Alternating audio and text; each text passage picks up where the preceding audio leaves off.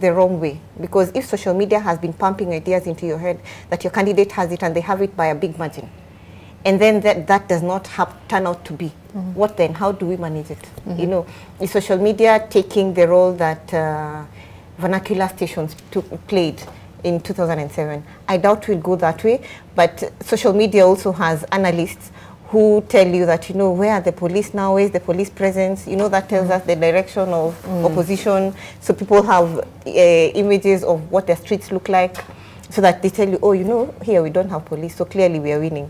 Here we have police, so clearly. So there's a lot of misinformation, disinformation going on around on social media. Okay. Too much of it, and we don't have we are, for lack of a better word, we are illiterate in terms of how to check back and verify things. So we go with what we come across. Right. Yeah. Let me get Arnold's, your own assessment of the entire process until now. From where you sit? I'm actually way past the results. I am now actually looking at other things altogether, because by yesterday I actually had gotten at least 80% of all I needed to as pertains to the election. By now, looking at all the sources and the people I talk to and everyone I speak to, I'm way past the results conundrum. What then for me?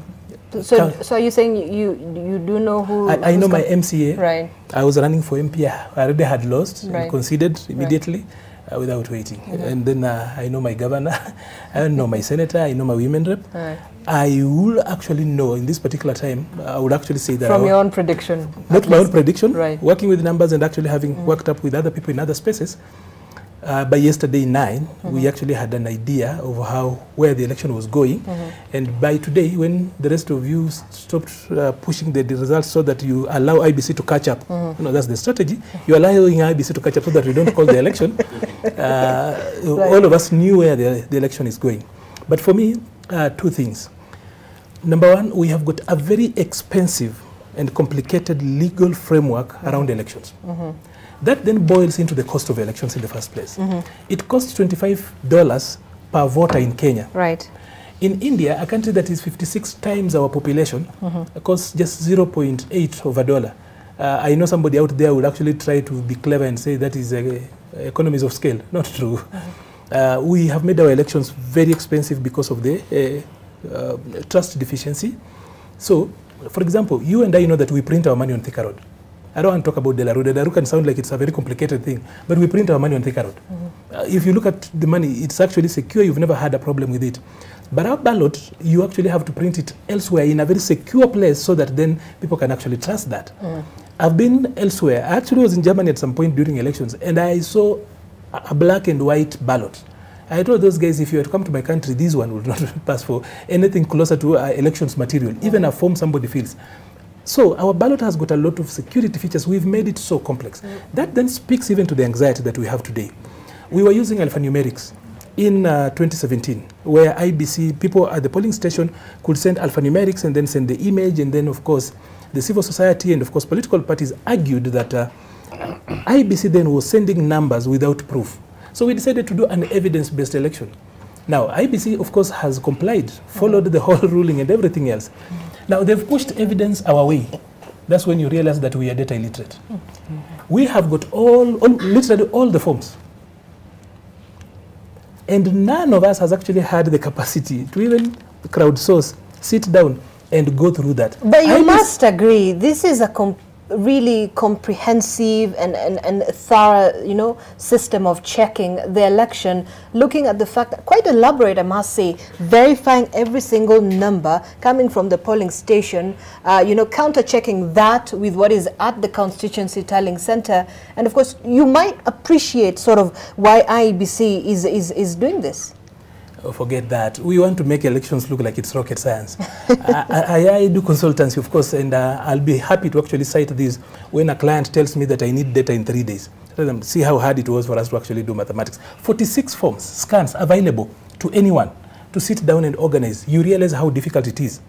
This time, IBC actually has got a position where they'll show up and tell us, the next time you tell us to actually rush through collation, analysis, voting is easy. You walk in, get identified, you are given your ballot papers, go cast it, then get marked and walk out and start waiting for the results. You forget that there is counting.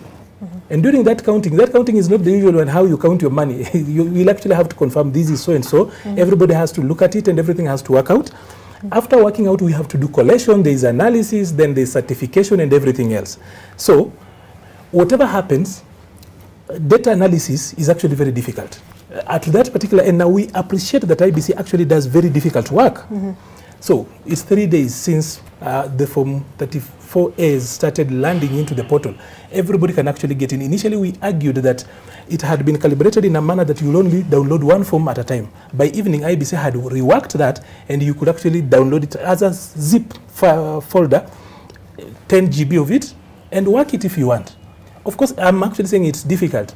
But we have evidence, but we are now saying IBC should tell us the number. We don't want this evidence. When we took them to court in 2017 and made it that before they post a number, they must actually bring proof.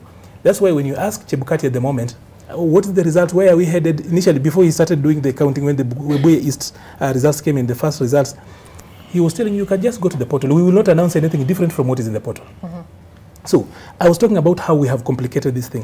A complex legal framework, a very complex administrative way of going about election, and that costs money. So also, it speaks to the anxiety you're talking about. It's too much money going to waste. I've passed by your newsroom. Not so many guys are in. Of course, you'll say that they are out there, but those guys who are on off are busy also watching TV. So let us make elections simple. This thing should not be as difficult as we've made it. Okay. Yeah. Philip, I mean, you've had, you know, Arnold says, you know, the poll commission is sort of trying to make this a bit complex, but you must appreciate